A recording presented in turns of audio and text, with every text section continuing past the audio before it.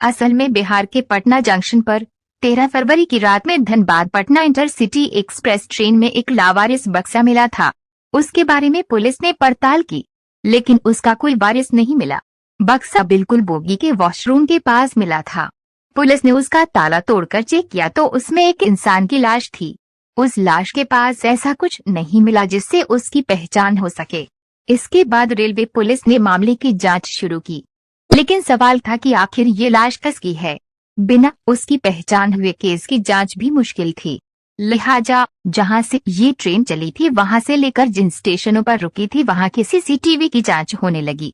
काफी पड़ताल के बाद लखीसराय रेलवे स्टेशन से इस बक्से को ट्रेन में रखे जाने की जानकारी मिली। इसके बाद पुलिस ने स्टेशन के आसपास के एरिया के सीसीटीवी फुटेज की जांच की। उस दौरान एक मेडिकल की दुकान से बड़ा सुराग मिला। ये पता चला कि कोई शख्स उसी बक्से को सिर पर रखकर स्टेशन की तरफ जा रहा है।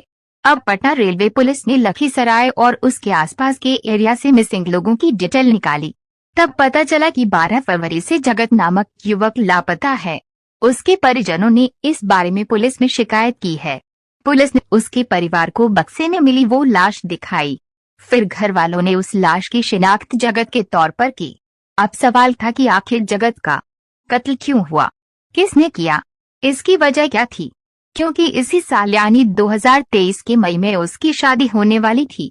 मर्डर में शामिल महिला का पति और उसका दोस्त पुलिस की गिरफ्त में। रेलवे पुलिस ने जगत की कॉल डिटेल की जांच की, तब उससे बड़ा सुराग मिला। असल में जगत ने आखिरी बार एक लड़की से बात की थी, लेकिन वो नंबर उसके दोस्त विक्की के नाम पर रजिस्टर्ड था। विक्की और जगत दोनों बचपन के दोस्त थे। एक साथ कोलकाता में नौकरी भी कर चुके थे। विक्की की पिछले साल मई 2022 में निशा नाम की लड़की से शादी हुई थी। विक्की की ये दूसरी शादी थी। शादी के कुछ महीने बाद विक्की नौकरी के लिए कोलकाता चला गया था, पर उसने अपना फोन पत्नी निशा को दे दिया था। अब विक्की के जाने के बाद जगत ने अपने दोस्त को कुछ महीने पहले ही फोन किया था, लेकिन फोन विक्की की पत्नी निशा ने उठाया। अब पति दूसरे शहर में था। इस तरह पति के बचपन के दोस्त जगत और निशा की नजदीकियां बढ़ गईं। दोनों एक दूसरे से मिलने जुलने लगे, जिस्मानी संबंध भी बने। अब जब कुछ दिनों पहले विक्की अपने घर लौटा तो इस बारे में उसे भनक लग गई। इसी सीसीटीवी से मिला था सुराग। बक्से में लाश रखकर ले जा रहे थे रेलवे स्टेशन पर। विक्की को जब पूरी तरह से ये बात पता चल गई कि उसके बचपन के दोस्त जगत और मेरी बीवी निशा के बीच अवैध संबंध है और दोनों एक दूसरे को प्यार करने लगे हैं, इसलिए पति विक्की ने अपनी बीवी के सामने अजीब और बड़ी 2 शर्तें रखीं।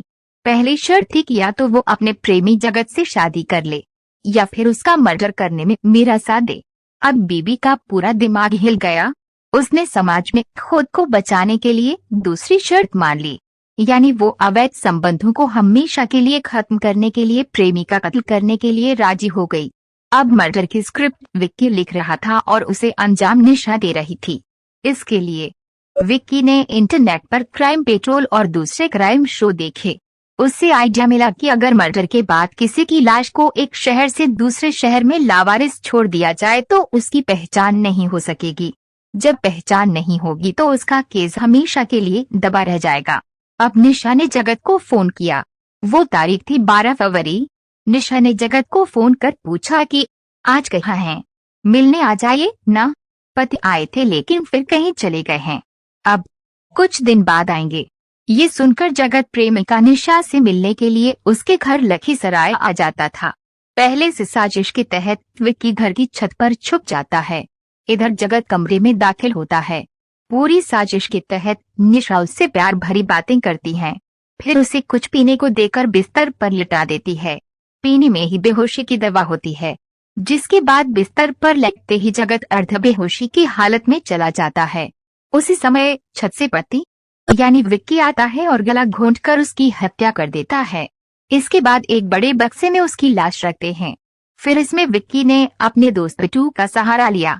इस तरह जगत की हत्या में कुल 3 किरदार बने, विक्की, उसकी बीवी निशा और दोस्त बिट्टू। बिट्टू और विक्की ने मिलकर जगत की लाश को बक्से में टांगकर स्टेशन पर गए और उसी ट्रेन में डालकर तुरंत बाहर निकल आए थे। अब पुलिस ने विक्की और बिट्टू को गिरफ्तार कर लिया।